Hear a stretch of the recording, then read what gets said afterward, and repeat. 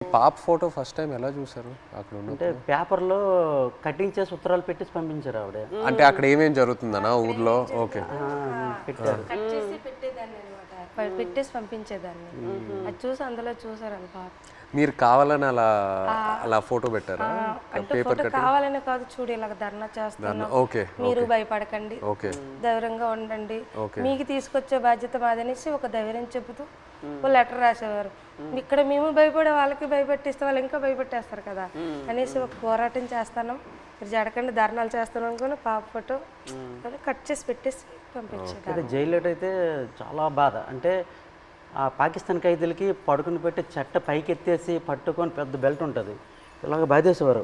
అమ్మో సచ్చాను బావ సచ్చాను అంటే మేమేంటి మనకి అలాగ కొట్టేస్తారని మేము జడిసిపోయాం. ఈ చెట్ట పైకి ఎత్తేసేవారు, చేయలేదు సాపేసేవారు. కింద పడుకుని పెద్ద బెల్ట్ ఉంటుంది, కర్ర పట్టుకొని ఇలా తిడ్డ ఉంటుంది అలా ఉంటుంది. ఆ బెల్ట్లో అలా కొడుతూ అమ్మో సచ్చాను 10 దెబ్బలు అంటే అలాంటివి. మనకి ఇండియా వాళ్ళు కూడా అలాగే కొడతాను జడిసిపోయాం. ఫస్ట్లో మేము వెళ్ళేటప్పటికి మొక్కలకి నీళ్ళు పోస్తుంటాం కదా, ఆ పక్కన వాళ్ళకి అది ఏం చేసాడో మనకు తెలీదు, అలా కొడుతుంటే అలాగే మనకి కూడా కొట్టేస్తారని భయం వేస్తుంది ఫస్ట్లో. వాళ్ళు అన్నారు మీకు ఇలాగ కొట్టరు, మీరు ఇంకా ఒకసారి 2 సార్లు తప్పులు చేస్తే మీకు కొడతారు. తప్పులు అంటే జైల్లో కానీ మా 22 మందిలో కానీ ఇంకా గుజరాత్లో ఉన్నారు ఇండియా వాళ్ళు కదా, ఏ బాత్రూమ్ దగ్గర కానీ బట్టలు ఉతుక్కున్నప్పుడు కానీ మనలో మనం కొట్టుకుంటే ఒకసారి కుదిరేసి రెండోసారికి గడికి ఒక మనిషి 3 తప్పులు చేస్తే మీకు కూడా అలాగే పడుతుందంటే అప్పటి నుంచి గొడవలు కూడా అదే బాత్రూమ్ దగ్గర అలాగే అడ్జస్ట్మెంట్ అయిపోవాలి మేము అలాగే అలా కొట్టేస్తారు అయితే.